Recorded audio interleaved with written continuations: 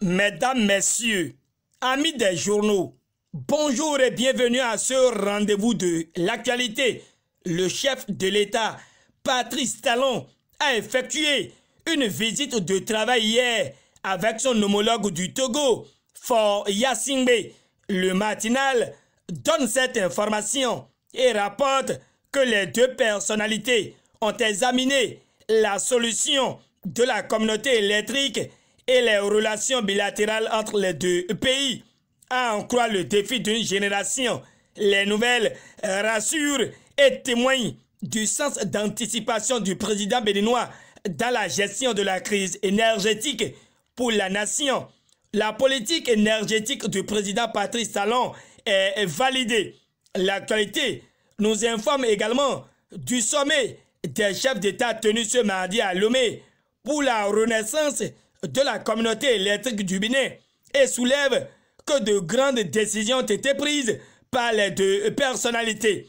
En guise de preuve, l'auteur de l'article fait savoir que la dette de la CEB à l'égard de ses fournisseurs d'énergie que sont TCN, VRA, Gridco et SI, il sera procédé en accord avec ses créanciers au paiement partiel et la mise en place d'un échéancier pour le solde avec la garantie des États au plus tard le 31 décembre 2018. Le changement de l'objet social de la CEB a fait également l'objet d'une décision et l'actualité rapporte à ce sujet que dès le 1er janvier 2019, la CEB devient désormais gestionnaire de réseaux de transport d'énergie avec pour activité connaissent la poursuite de l'exploitation des moyens de production du barrage Nagbeto et des deux turbines à gaz installées dans les deux pays. Pour finir, avec les décisions prises par les présidents Patrice Talon et Faure Gnassingbé lors du sommet des chefs d'État à Lomé, l'actualité explique que les deux hommes ont convenu de la mise sous administration provisoire de la CEB pour une durée de 6 mois à compter du 1er janvier 2019. Il faut retenir que le président Patrice Talon a participé à ce sommet à la tête d'une délégation composée entre autres du ministre de l'économie et des finances, Romiade Wadaï, du ministre de l'énergie, Dona Jean-Claude Roussou, et du directeur général de la SBEE, Laurent Tossou. Si l'énergie, l'évasion fiscale et la coopération douanière semblent être le tout de la grande compréhension entre Faure et Talon à Lomé, selon Bénin Intelligent, la priorité lui reste au Bénin et voit que la légende en eau potable pour tous d'ici 2021 est en mode continu. Oui, l'eau potable pour tous, Patrice Talon s'y attelle. Voilà ce volet du PHG qui préoccupe l'autre vision dans sa parution du jour.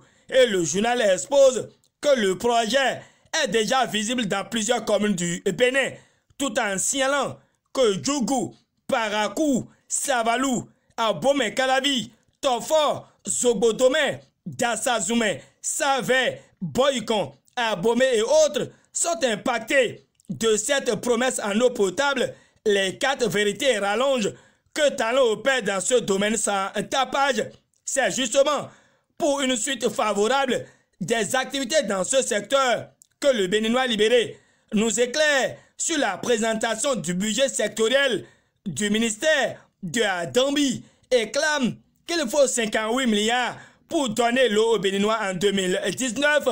La priorité revient une fois encore dans ce point de presse et se prononce sur les 3 ans de gouvernance de l'Association nationale des communes du Bénin à l'ombre du gouvernement. Atropo, très reconnaissant envers Talon, écrit le confrère pour le matinal. Atropo est satisfait de la gouvernance locale. C'est pourquoi, selon le Béninois libéré, il félicite le président Patrice Talon.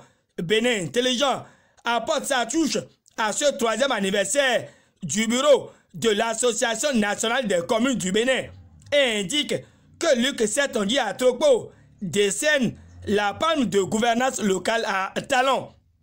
L'Audace Info prend place à présent et évoque que la démission de Mbedi et son PRD n'émoussent aucunement la ruée vers le bloc dynamique unitaire. Le confrère s'appuie sur l'adhésion du parti MAR et du parti Mouvement de Rassemblement Républicain au bloc dynamique unitaire et affiche en manchette que Frédéric Béhanzin et Léopold Gbenou font peau neuve.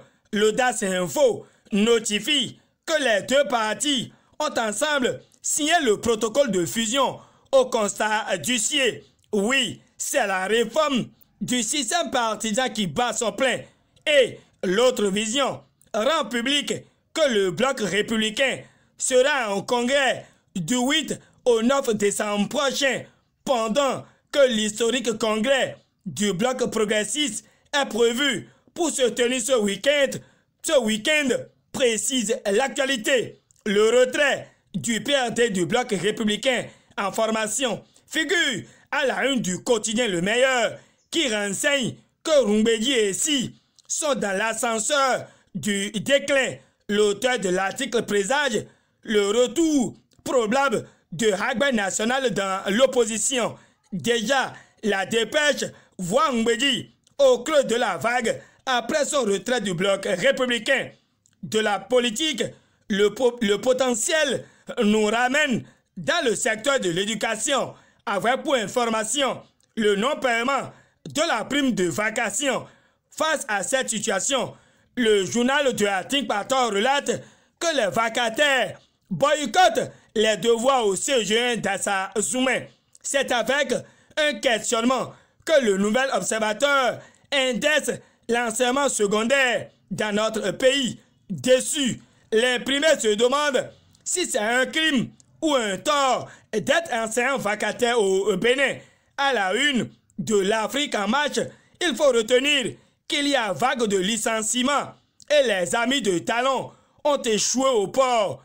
Le canard soulève qu'ils cherchent un bouc émissaire pour justifier leurs mauvais résultats.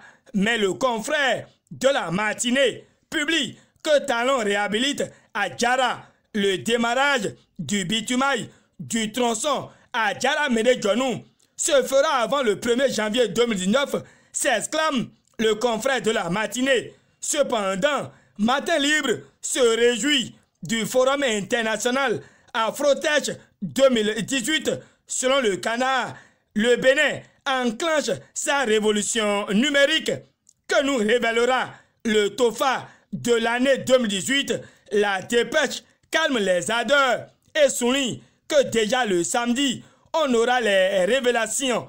Les auteurs de la pollution sonore dans le collimateur du procureur Mario Metonou. C'est le quotidien Le Meilleur qui nous donne cette information.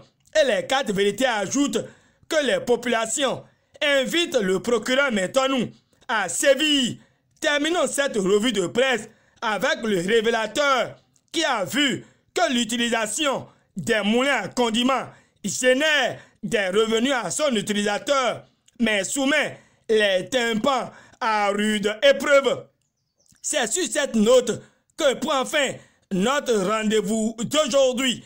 D'ici à là, portez-vous bien et Gutenberg Sou vous souhaite de passer une très bonne journée.